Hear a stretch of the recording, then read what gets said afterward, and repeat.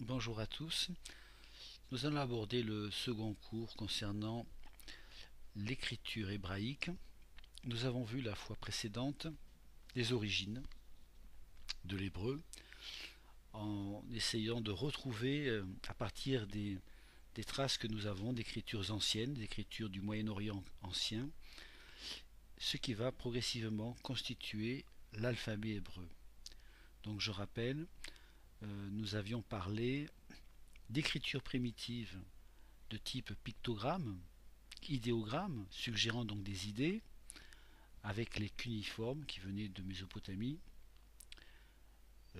l'acadien, langue acadienne, l'écriture des hiéroglyphes en Égypte, tout cela datant à peu près de 3000-3300 ans avant Jésus-Christ, et progressivement donc un alphabet va se constituer à partir de ce substrat. Nous avions parlé des pères de l'Église qui faisait donc l'hypothèse de l'origine de l'alphabet, une hypothèse hébréo-cananéenne, c'est-à-dire que la base de l'écriture de l'alphabet viendrait de Moïse. Moïse est levé dans le palais de Pharaon, qui connut l'écriture des hiéroglyphes et des peuplades cananéennes, et qui aurait eu l'idée d'adapter un alphabet en usage rudimentaire dans les tribus hébraïques cananéennes, et voulant transmettre donc la Torah, et se servant donc d'une écriture qui s'est affranchie des pictogrammes. Donc on avait pu noter que effectivement il y avait une influence monothéiste, refusant effectivement des peuplades sémitiques, refusant l'emploi de pictogrammes égyptiens et babyloniens qui assimilaient l'image à l'idolâtrie. Donc les graphies ont été stylisées, éloignées de l'origine iconographique, et ça va donner l'alphabet, qui sera de type proto-sinaïtique, ensuite paléo-hébraïque, et au final qui va donner donc l'hébreu. Donc aujourd'hui on va aborder la seconde partie. Donc après avoir vu les origines de l'hébreu, c'était un petit peu fastidieux, mais c'est de la linguistique, c'était intéressant de voir les origines. Les origines, de bien comprendre que donc ce qui est important de comprendre, c'est que l'alphabet hébreu donc va être créé par un substrat, donc à partir au départ de langues anciennes sous forme de pictogrammes. Et donc ça sera un système qui va évoluer très simplifié, et qui va permettre donc de décrire les mots à partir de quelques consonnes, contrairement aux hiéroglyphes qui étaient multiples ainsi que les cunéiformes. Mais le substrat se trouve là. Le substrat de l'hébreu se trouve dans les hiéroglyphes et dans les cunéiformes.